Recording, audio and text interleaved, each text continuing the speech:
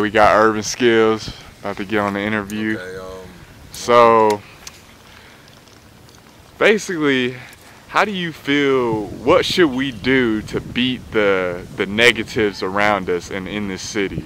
I think to beat the negative around us is, like I've been saying since day one, we all got to be more proactive. As young adults as ourselves, 19, kids as even as 7, 6 years old, and get them into the game and the books, get them into reading, more people's faces, so they won't fall into the same stigma as more ignorance, which is blissful to the other person, because if you fall into more ignorance, it's gonna keep you just stuck in the same hellhole basically. So you're just lacking more and more information. And so I want everybody to be more and more and more energetic and ambitious and more knowledgeable towards what they do, what they say, and even what they do spiritually, because anything that they say can come back to them in either this lifetime or the next lifetime. Because like Pac said, my only fear of death is reincarnation. My only fear of knowledge is not using it right, and it can just kick me in my ass into the point that I wish I did use it and go back in time, but I can't do that. So we gotta get young adults like ourselves, like I said, kids and even adults way older than us to realize what's going on. Let's get that 10% and get them more focused on what need to be, put down on the earth. Peak game, listen to this. The world, they don't want to hear, no young black man talking about where your money is, taxes from the government, Roth IRA, 401k plan. They don't want to hear that. And so when you hear that from a young black man as myself, just 19 years old, been 19 for 2 months, they automatically take me as a threat. That's why everybody fears me. Because there's nothing more, scary than educated black man. That's more powerful True than that. a gun. That's more powerful than anything. So as I keep my mind, more focused, I can cut through any of this bullshit that we see constantly in the South, and I can propel myself to do things that nobody can even stop me, because they can't even fathom the same thoughts I use. My thought pattern is way beyond the earth. Beyond the norm. Keep a long story short, I may be 19, but I think like a 30-year-old. That's how I've been doing since I was 17 when I was in high school. Yeah, a lot of them Tupac philosophies. Yeah, that's but what's up. On, and you take it into your own. Yeah. Pac is the most realest nigga. Yeah. So how do you feel about? I'm gonna say niggas always wanting to roll in cliques and just not really being themselves, basically. I find cliques to be niggas that's a bunch of scared ass pussies, basically. Or you got niggas that's basically, they didn't have maybe much of a family figure, and so they might roll with cliques like a big brother or a big sister, or a big daddy, because you got the OG penitentiary cliques, the big niggas. But as far as cliques though, I think cliques is bullshit, because all I see cliques is terrorizing other people, trying to scare people in ways that we can't even imagine. Like if you watch the news, you can tell what I'm talking about. Yeah.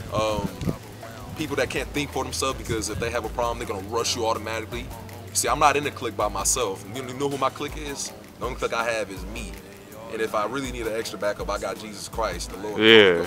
God. So if you can't defend yourself by yourself, then you might as well just get the fuck out of my face. Cause like Pac said, you ain't shit without your own boys. Oh shit, caught that nigga in the streets and got your boys on you. You know what I'm saying? So many times I see niggas on the streets, and they just look the other way and they just walk all fast, because they know once they see me, it's no games. Because I'm the type of nigga, I'm a man. I will confront you as a man, but if you want to play bullshit, I will rush your ass. And that's from the facts. That's not being Tupac. That's being David DeAndre. Yeah, you gotta be relentless. I'm a relentless soldier, but I'm compassionate at the same time.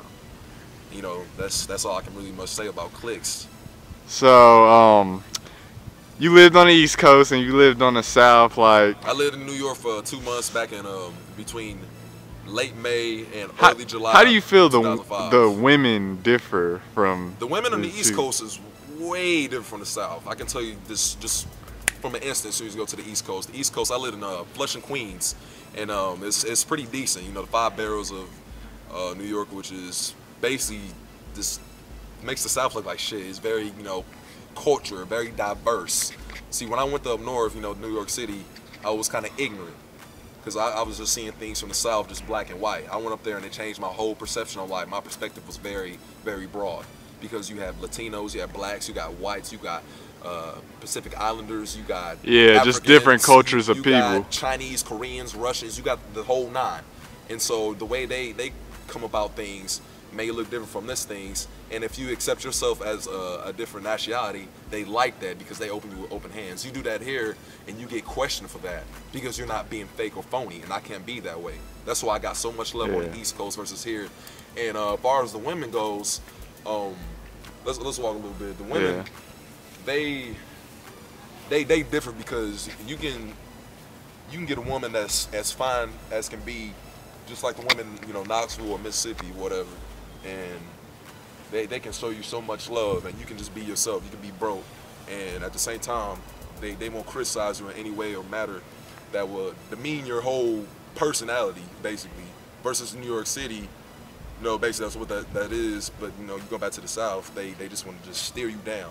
They want a fake nigga. They want a fake person. They don't want a guy with a good job. They don't want a guy with goals. They don't want a guy with expectations. They don't want things for what's going to happen to their kids if they do have kids. And so I feel for the next generation, that's the problem when, you know, living on the East versus the West. Well, I've been to Arizona, but that's another story. Yeah. And to keep a long story short, basically, East Coast and West Coast is better for music. Food, yeah, just everything. Yeah. And the South, I'm gonna be real with you. I love the South with a heart, with a passion. I'm from the South. I love Mississippi. My family down there. I love Tennessee, but I hate this place at the same time because everybody is so fucking narrow-minded. Yeah.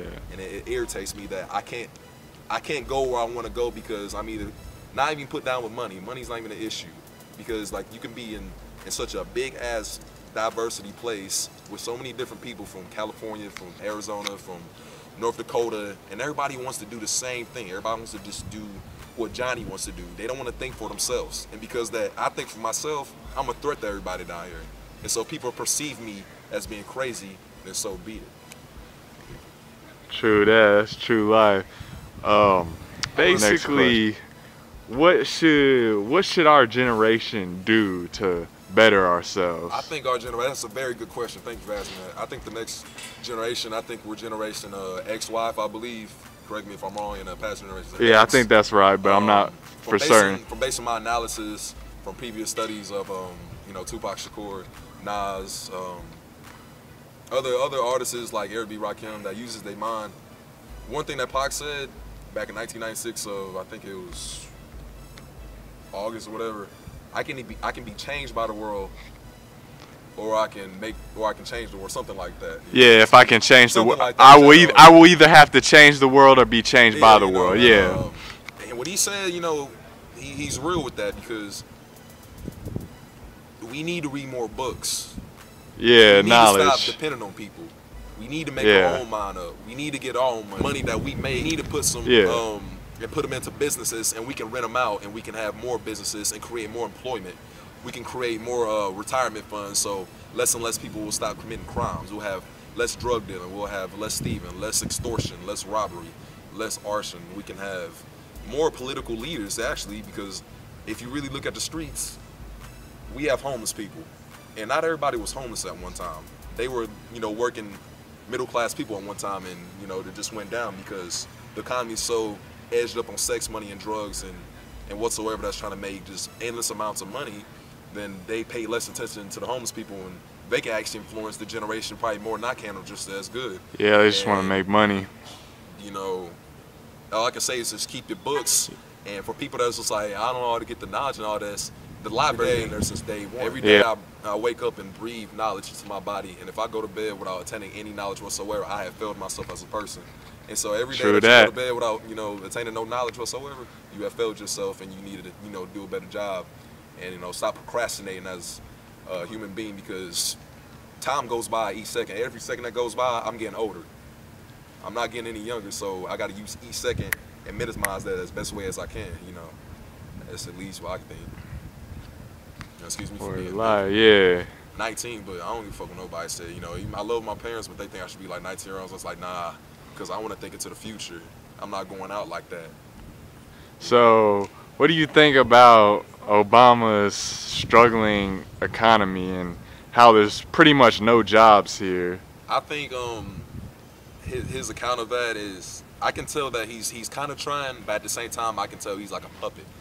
And what I mean by puppet, he's doing what he kind of feels like he do, you know, with the Christian thing and helping people out, you know, with mortgages and houses, but at the same time he's taking retirement out of older folks, checks, retirement checks, because younger people like myself don't want to work and just be lazy on their asses, or you got people that just quit their jobs just for no reason.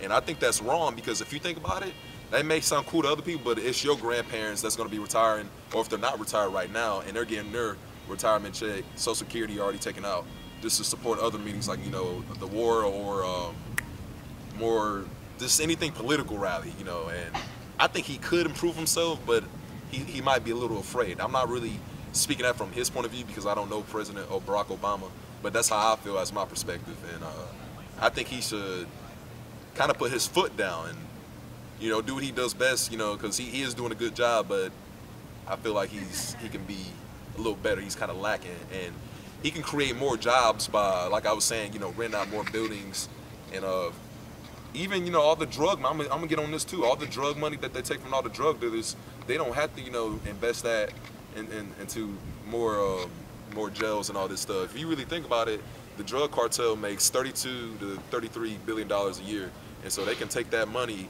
and they can double that, and they can actually pay off pay a little piece of the debt that we have in America, and we could put that towards more buildings. We could put that towards more school books, and we could put that towards more programs to get the kids out of, the streets, because I love kids, they're nothing in the streets, Yeah, no place to be in the streets, yeah. I know what goes on in the streets. Yeah, that's not a good place. Until, we get this settled, then it's still on. I'm still in the battle. I'm in the war. Until the war is over, I'm still in the battle. I'm still gonna be relentless. That's when I'm gonna stop throwing this up. I'm throwing compassion. Oh yeah, soldier. That's about it. Yeah. But yeah, Barack is doing a good job. Just keep his head up and don't let nobody steer him down. May God hold him, accountable for his actions and for my actions, for what I do and say in the future. And lastly, what do you feel about the new world order, the elites consolidating to have control basically over us? I think, I agree with Pac says that, the Illuminati, that's just a way to keep people down and keep them worried and whatnot. Yeah. So, I do agree with the K, and we're going to kill that shit. So, basically, I think that people should be aware of that, because there is an elite group. You got, the Freemasons, you got Bilderberg, Rothschild, yeah. You got, little examples like that, and even though they're not, maybe like serious, like little groups, they still kind of way have some kind of form or a little underground railroad that ties into that. And so you shouldn't be, totally worried about it, but you should know some kind of knowledge about it. You should know what the pyramid means on a dollar bill. Yeah. Money is the root of all evil, because it's the eye. You gotta pay attention to that.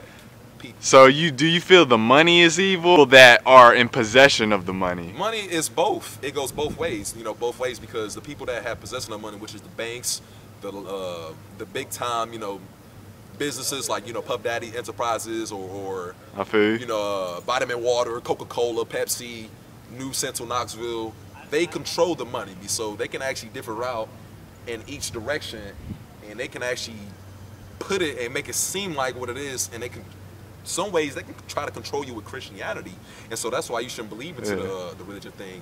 And I think money is also, like, saying with the evil thing, because the drug dealers, they get killed for money, because they want money that bad. You got people going to jail for money. You got people that's getting raped for money. You got people that's putting out hits for money. You got people that's losing their jobs to make more money, to even attain some kind of money, to even get money for the diapers. If money wasn't so goddamn evil and wasn't so damn bad, then why we got homeless people out here? Why do we gotta starve? Why do we gotta have this shit? Why we got so much pain in this earth? Why don't we have no more compassion? What happened to that? You know what I'm saying? Yeah, I feel you, my nigga. Damn. So this is concluding the interview with Urban Skillz. You got anything to say to the fans, or just anything before you go? Be faithful to yourself. Be loyal to yourself. You gotta have honesty, respect, and loyalty, integrity. And look yourself in the mirror and ask yourself a question: am I being real to myself? Can I look into my eyes, and can I see into my soul? Can I do that? If you can't be answering those questions and you're doing something wrong, you got to change that ASAP. And make sure that, you got to also remember, to keep a long story short, that when you die, all that money and all that bullshit, that don't mean shit. Because, that click shit we was talking about earlier, nobody gives a crap about that click. When you die, That's you. Yeah, when you die, it's you. That's Keep you. listening to my real music. I still make the party songs, you know, to have fun because I'm showing in my human side. I'm not just all just groggy and all that's that. yeah. I cry, I get sad, I show emotions because that's part of human life. Yeah, being a human listen being. to my music, Urban Skillz. Just look me up on YouTube, Facebook, SoundCloud, Bebo, and just keep hope alive. You know, that's all I got to say. All right. Is it true?